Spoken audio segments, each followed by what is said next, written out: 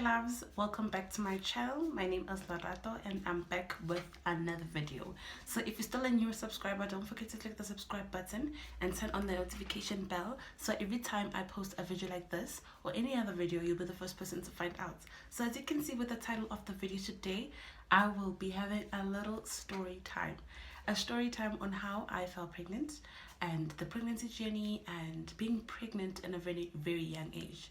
And so without further ado, honey, let's get to the story time. When I met my baby daddy first year of college, 2017, and I was doing my first year and he was actually doing his second year.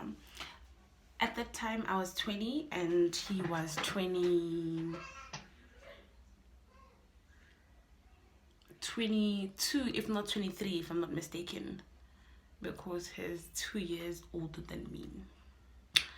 Okay, fine. Then we met through social media, Facebook to be specific, and it happened that we went to the same school, so we started hanging out with each other and we couldn't keep our hands off each other. And you know, getting down a couple of weeks down the line I know it sounds crazy, but a couple of weeks down the line, I started feeling weird in a sense that my boobs were painful. I was tired most of the time. I slept a lot in the bus on my way to school and going back home. So I told my friend that, okay, fine then, friend, I'm not feeling okay. Like, I don't know what's going on with me, but there's something definitely not right about me. And she's like, okay, fine then, girl, it could happen that you're pregnant. And I'm like, excuse me? Excuse me, what are you saying? He's like, yeah, so I'll bring you a pregnancy test tomorrow and you'll take it, then you'll tell me. So I wanted to take the pregnancy test just because I wanted to get her off my back. I didn't believe that I was really pregnant. Like, I was naive at that time. I thought angazi pregnancy sifo sabantu abanjani, you know. Okay, fine. Then the next day she comes with the pregnancy test. I'm like, okay, friend, don't come to school tomorrow. Really, I wasn't planning to come to school tomorrow. Don't come to school tomorrow. Take the pregnancy test early in the morning with your first pee. Okay, fine then. Take the pregnancy test, check it in my bag. I head home. Fine then. The next morning I wake up at around 6 o'clock. At that time my mom left for work, so it was just me, my little brother, and my dad. So my dad is the type of person who doesn't even look at what I do. Like, he minds his own, I mind my own. Okay, fine then. I take the test, I rip it off the pack obviously, and I pee in it. Okay, I set a timer for like plus minus 5 minutes, and I take the pregnancy test and I face it downwards so I don't have to see anything. Okay, fine then. The timer hits and it's like 6 minutes later. Comes to the pregnancy test and I'm like looking. I'm like, yo, I'm not pregnant. I told her that I'm not pregnant. But something deep down was like, no, man, take a good look. Like, look properly, girl, to be 100% sure that you really aren't pregnant. So I take the test again and I look at it like carefully this time. I saw the shock of my life. And there was this other faint line. It wasn't like a visible line, but it was faint. So I was very confused on what's happening exactly. Could it be an invalid pregnancy test? Could it be a false positive or whatnot? So I take my gown and I head to my neighbor. My neighbor and I went to the same school. We traveled together, going to school and whatnot. So I go to her and I'm like, please don't tell anyone what's going on here. And it's like, girl, you pregnant. There is nothing going on. You pregnant, baby. It's a positive. Stressing. I took the test on the 30th of September 2017. I still remember. On that same Friday, when I took the pregnancy test, my sister comes home with a brand new phone. Man, did I not feel guilty. Like, I felt so guilty. It's like, I don't deserve all those nice things. I don't deserve this family. They even getting me a new phone, and all I do is disappoint. I'm having an entire baby growing inside of me. Okay, fine, time goes on. I hide it from my family and my sister. I'm not much closer to my sister, but I'm more close with people from the outside, like my friends and whatnot. Okay, fine then. Now it comes the part where I have to tell my boyfriend that I'm pregnant. he kept on insisting, like, Lerato, did you go to your period? And like, no, I haven't. Maybe it's just a hormonal glitch. I've never heard of a hormonal glitch, but on that day I came up with that word. Honey, Bobutens. Deep down I knew because I was pregnant, because I already taken the pregnancy test, but I was like, okay, let me just mize him a little, let me just stall him a little and tell him what, no, it's just a hormonal glitch. Okay, fine. Then there was a time where I got like so upset of hiding this. I need to share what I am feeling with someone else. So I decided to text him. I'm like, okay, I have something to tell you. Yes, I told him that, okay, fine. Then I took a pregnancy test and I sent him the picture. I'm like, okay, fine. Then it happens that I'm pregnant. It's like, what? I'm like, yeah, I'm pregnant. I took a pregnancy test. Like, I told you. You know how guys are? Not even guys. You know how boys are. He was a boy at that time. So he panics, he makes me feel small, he shouts at me like it was me alone doing the cloth, and this was a two-man job. Like, it was a two-man job for this baby to land in my stomach. He did something, I did something. So yeah. Okay, fine. Has like, can we please meet up tomorrow so we can talk on what's the following step? So fine, then we meet at the park. We have like a sit. And he's like, you're not lying to me, Nay. And I'm like, no, I'm not lying to you. I'm pregnant. He's like, okay, then we need to do something. And I'm like, what do you mean we need to do something? He's like, okay, you need to get an abortion. I'm like, honey, that's one thing I'll never do, because I know I'm not a person who is tolerant of pain. I cannot tolerate pain at all. Okay, fine, then we have a talk. He starts crying, makes me feel bad. It's okay, fine, I'm pregnant. He's like, what am I going to tell my parents? My parents are so going to be disappointed. And I'm like, honey, my parents are also going to be disappointed. Like, hello, I'm also in shit as much as you are in shit. I'm also in shit, honey. So, hello, help me, bear with me. But abortion is something I am not having. I am keeping this baby, honey. No matter the circumstances, I do not care. I am keeping this baby. Okay, fine then. I think 2 weeks down the line, we go to the doctor, me and him, using my mom's medical aid. We go to the doctor to confirm, because the line on the pregnancy test that I took was faint. So we go to the doctor and he confirms. We go, okay, fine, girl, you're pregnant. Yo. He's like, okay, fine, then we're going to give you medication. These are your vitamins. You take them every day, once a day and whatnot. So I had to hide the whole pill shenanigan from my family. And one day when I was at school, I texted my sister and I'm like, sis, I'm pregnant. My sister's like, yo, did you tell your boyfriend? That's the first thing she said. I'm like, yeah, I did. And he's not taking it well. And okay, fine then. My sister was all cool with it. We had to hide the secret amongst ourselves. And I got to a point where I got tired of lying, and it wasn't comfortable in the house knowing that I have like a secret and whatnot. Okay, fine then. I asked my friend Anazo to go to my mom and tell her that, okay, fine, your daughter is pregnant. I couldn't tell her on my own. Me and my mom are close, but there are certain things that make it very hard for me to share with her. Okay, then my friend goes to her and tells her, it's okay, Lerato, to kulelwe and whatnot and whatnot. My mom's like, honey, I knew. You know how black mothers are. Ngimphuphile.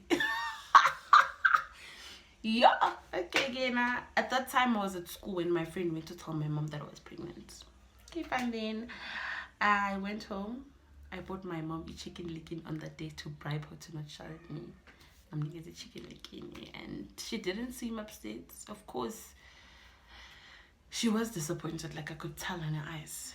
The hardest part was having to tell my dad that I was pregnant. Yo, my dad did not take it good. He didn't take it well. But yeah, it is what it is. He eventually accepted.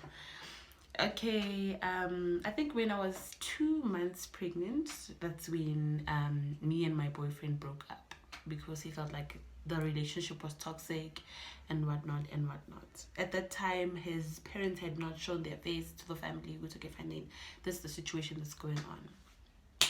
Okay, fine then, me and him break up, and that was the most hardest thing to ever go through, being pregnant and having to separate with umuntu okumushile. Let me just say that, a person who got you pregnant.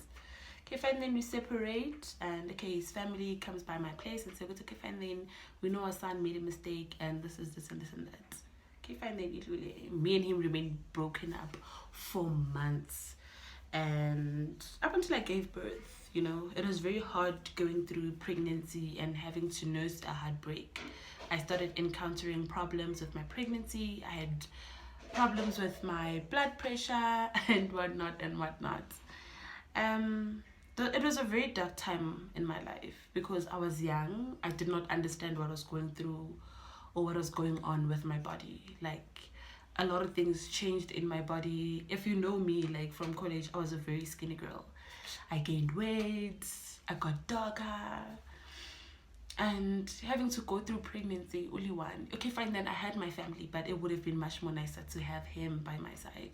But you know, you do not get what you always wish for, right? Exactly. Okay, fine, then I had problems with my blood pressure, and I went to the clinic each and every week. Like, each and every week I had to go to the doctor and to make sure if the baby's growing okay. And my baby wasn't growing okay, but as much as my stomach was so big, but the baby was very small. And then, okay, fine, then they shift me to this other hospital that deals with ladies with preeclampsia, and they give me necessary treatment, and my family throws me a baby shower. Fast forward, my family throws me a baby shower. It was a very beautiful moment. Like, it was a very, very beautiful moment. I cried most of the time of the baby shower because I did not think I deserved a baby shower.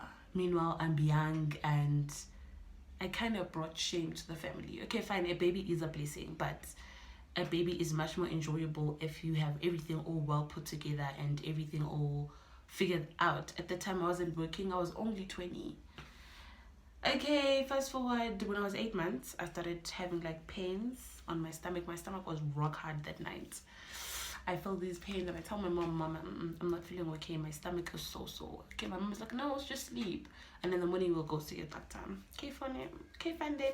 Fast forward, in the morning we head straight to the gynecologist. Went to the gynecologist and he said to me, there isn't much but going to the baby. And the heartbeat was actually now decreasing more than increasing. So he was like, okay, we're gonna book you in for a C-section, an emergency C-section right now. And I'm like, now? It's like, yeah, now. I'm like, not tomorrow, not forever. Hello? It's like, no, we're gonna do it right now because the baby's at risk. And it's like, okay, fine then, we can stall it because we need to give you an injection to stabilize the baby's lungs. But then the operation has to take place as soon as possible. So on the 4th, that's when I went to the doctor. And the 5th, that's when I gave birth to my son. It was a very beautiful moment. Like, it was a very beautiful moment when I gave birth. Oh, fine, then it was painful because it was a C-section, but it was a very beautiful moment. I don't wanna lie. Oh, I cried when I saw him for the first time. But he had problems as a premature baby because he came a month earlier. He was supposed to be born in June, not May, but he was born in May. When I looked at him, he looked very different. He was very small. He was a bit grayish. And the doctor was like, okay, we need to move fast. That's when I started panicking. It's okay, fine, then what's going on with my baby? Is everything okay? Like, don't worry, the baby's gonna be okay. And then they put him on that mini table, and they do the works and he starts crying. Oh, my heart at the time, man. I'll never forget that day. And he starts crying and he's like, no, unfortunately we can't hand him to you. He has to go to the intensive care units because he's having problems breathing. Okay, fine then. They stitch me up. I go to the recovery room and I go through the worst pain ever. That was the most worst pain of my life because it was so painful and I couldn't feel my legs due to the anesthetic, but it was the worst pain ever. Yo, it is the worst pain ever. Okay, fine then. On the next day, on the 6th, I couldn't see my son because I wasn't able to walk yet. And on the 7th in the morning, I woke up and I saw my son for the 2nd time. And I couldn't understand why he had all those tubes around him, those pipes going through his mouth and all that. It was a very hard time, and my baby daddy wasn't even there, you know. His mom was very supportive. He came by, bought me food and all that. But I needed him to see the state his son was in, you know. And I kept on praying each and every day that, God, this is my only blessing. This is my baby. I've carried him for 8 months and I can't afford to lose him. And there was progress each and every day with my son. He was in ICU. Okay, fine then. With C-section, you're only allowed to stay 3 days. 4 days if you have any complications or whatnot. So on the 3rd day, I went home and I left him behind. Yo, that is the most hardest thing to ever go through. Giving birth and leaving the baby in the hospital.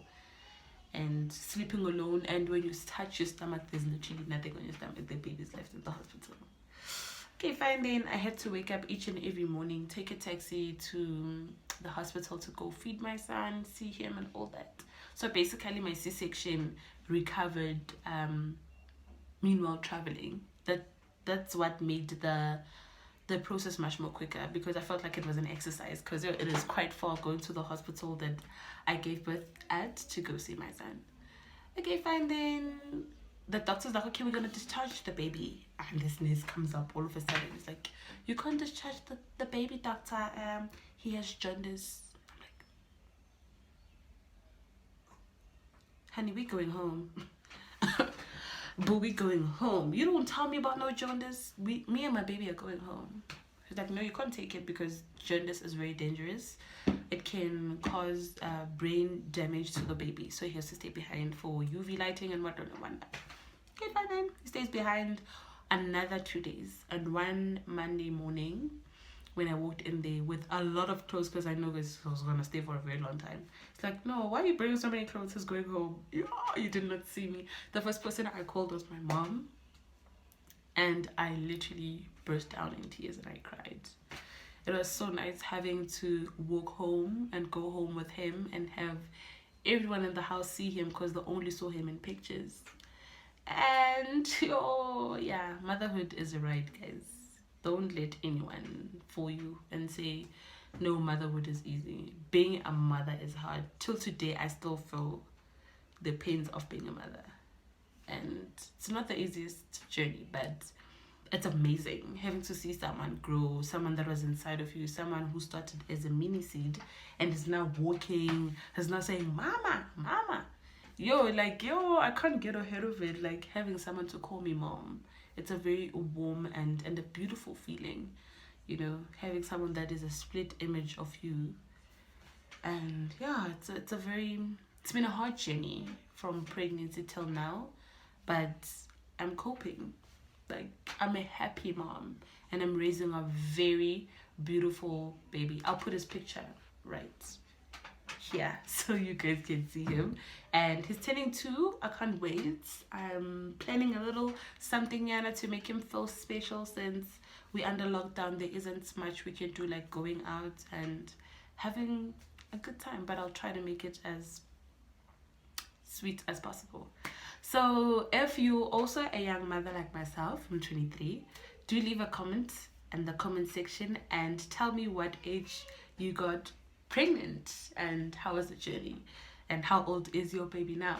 So if you did love this video, do give it a big thumbs up and don't forget to subscribe and turn on the notification bell. Till next time, it's me, Lerato, signing out. Bye.